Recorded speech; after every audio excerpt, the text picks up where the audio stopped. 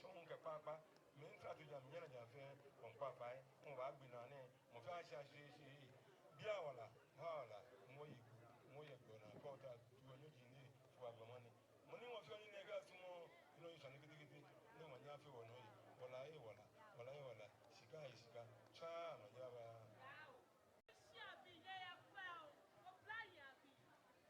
anyone say about you one if you want to see. You I'm not set it.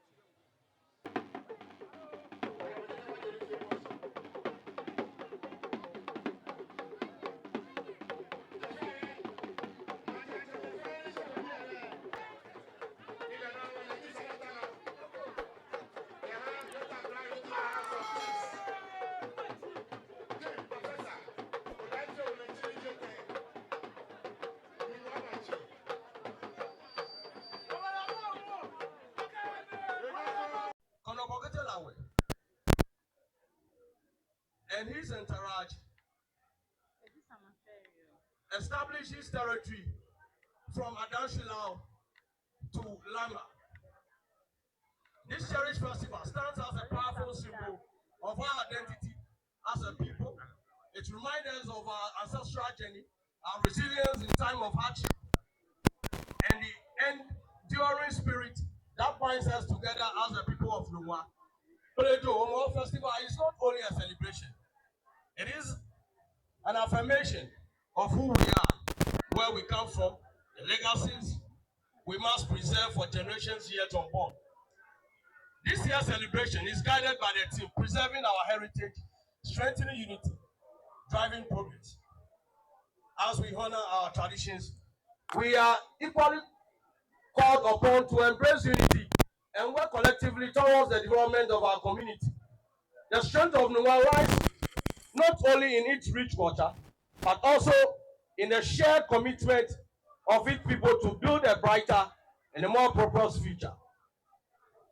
On behalf of the festival committee, I would like to express our profound gratitude to that Kplejoo Homowo, that Nungua Manche, the Nungua Manklalo, Nungua Kwashonche, Nungua Jaseche, and our revered elders, the entire Nungua traditional office holders and all stakeholders whose guidance and support continue to sustain this noble tradition. I also commend the dedication and hard work of all the committee members thus far and the volunteers who have worked tirelessly to bring this year's festival to life. As we celebrate, I encourage everyone to do so with dignity, respect, and a renewed sense of unity. Let us use this occasion to strengthen our bonds, promote peace, and project the true cultural pride of Nungua to the entire world. May this year's Kplejoo Festival be memorable, impactful, and filled with joy for all. Thank you very much.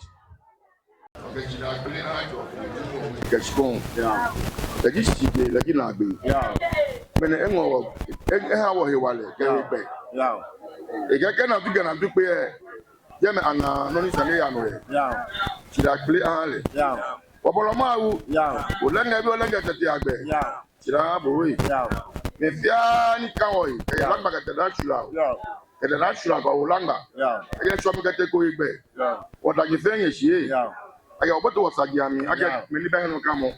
It's your get me on come. Putting me no back. What power did you want the body?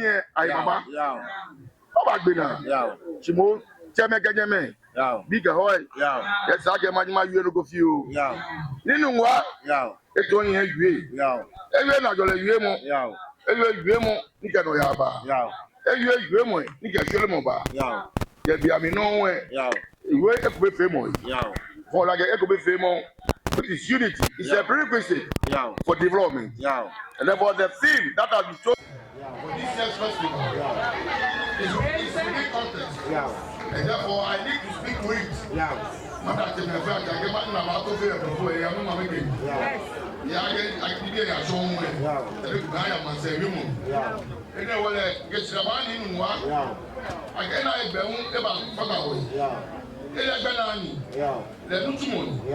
fell I guess I'm be fair and watch it. No what now every film no can be while you hey be a pet because I'm back here.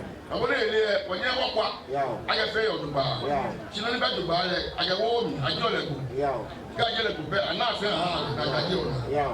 No girl pocket jacket. It's a privilege. Because that again if you are what I'm going to nobody put the water down. It was our big or here. The power and woman and they put on she buried water on a baby. You want to get what you fell them. Okay, you were here, what I can come on here. What would that feel you are back on the pet?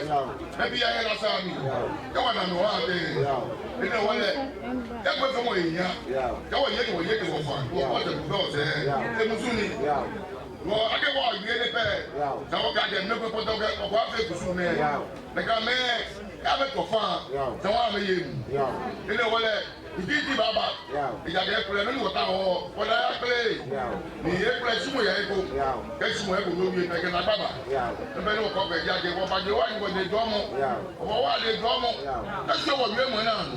What was I? I mean, let drum again. What was I?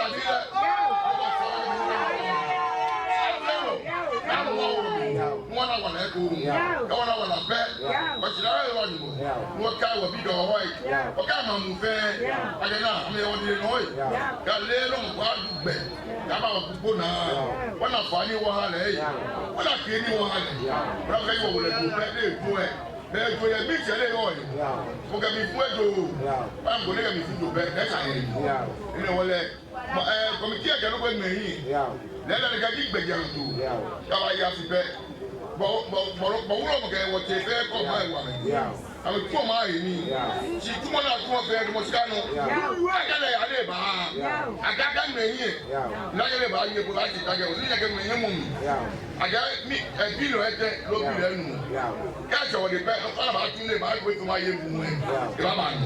And what I mean by Don Miale, I guess I lost the one I saw. I got it up and not getting me yet to any. Can you remember the dance I want to tell more? The guy here is talking what they said they want to have. Even I am. Eventually, Jamaican, I can make that to Pia. But when I'm saying, now get the bell like you. Forget Comiano, me, come on, take Billy. She moved what up for Comiano, Billy now. Anyone shall let everyone have a piano. Don't watch one ever come over here. We don't want to have a phone. Go out with the wire. You go back. Baby, and then you don't come here. But I feel a phone. If they be our eye, if they want go away, put away, Piana. What's the move? That's our way. We're not going here. Mumoko Wadabotebi, ye Afinemi. Ne, Bedu Irish here, Ibana Onaneno. Jail, he has been possessed by a spirit. No account do no shipper, Obabe blow, Kofi blow, Mokodu, Nwamahi. Wakawa Jibenin here, Keba. Many Okadi Chaka was near Keba. Well, Jaffe she first, not the Buffet Boba. But no, I feel that I'm a finish and back up in the Ambafi. Me pan one man fair fight. Hinting here a patron, mammy. Hinting here a fatcho. Menet to me, Menet come, Menet touch me, Menet Febeke, a wow. Ne Otiaji, ne in a hibane, my young man for the first time. If a body from me, I thought too. She knew one for the Chamaka attack to me. In my mini for me, a bear, a young bear, I told her about. She a chatun to the folly. Ye Babulamo, ni ehu. No, in mammy, a papa, a babulum. Ni in papa, a manche. No, back by the fight. Mo fair money man and a face and she can mount far. How are me?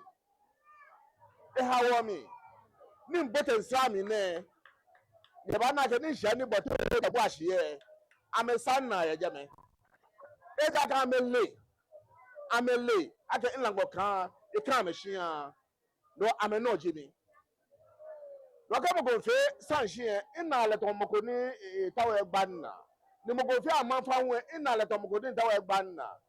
Michia tiefo nyina ye frɛ me Dokas na koklu afute enti menye hoho mi fi ha mi ye native ankasa enti no ye nyina ya afahye enti ye da nyame asese afi asan akọ aba abetu ye bio na enne nyame adom ya bie afina no enti no ye bɔ mpae se bibia bekoso e de amaye dia ye sre obo ade ne se asumdwe any nkanko na ye share wo oman nungwa mu se ye share afashina asia ye na ye start ya ye dikan ye ansana adagadangbe we festivals no follow enti ye share se bibia bekoso boko se na ebe ya de omo be di echi no so omo so ananti so na bibia akotente ye ka say unity is strength se ufa prayer ba kuna ubumu a ebebu but ufa bebre na ubumu a engu bibia mu ayeye no ye ka say ye ka bomu ana say unity a na eye ntimi si so ama nungwafo se ye ninya ye wo nungwa ba ko ye ni obi ofi ha ene obi a ye fi ha ye nyina ye nkan bomu na ye mbo oman no entu onenye krashe emma amanfo no munam yeso no mumma bibia ye ka say ye hwehwe asomdwe man a ye mbo kro ana say nungwadin timidase ye frɛ me Dokas na koklu afute me a former parliamentary aspirant currently me wo National Population Council board so under the office of the president. Thank you.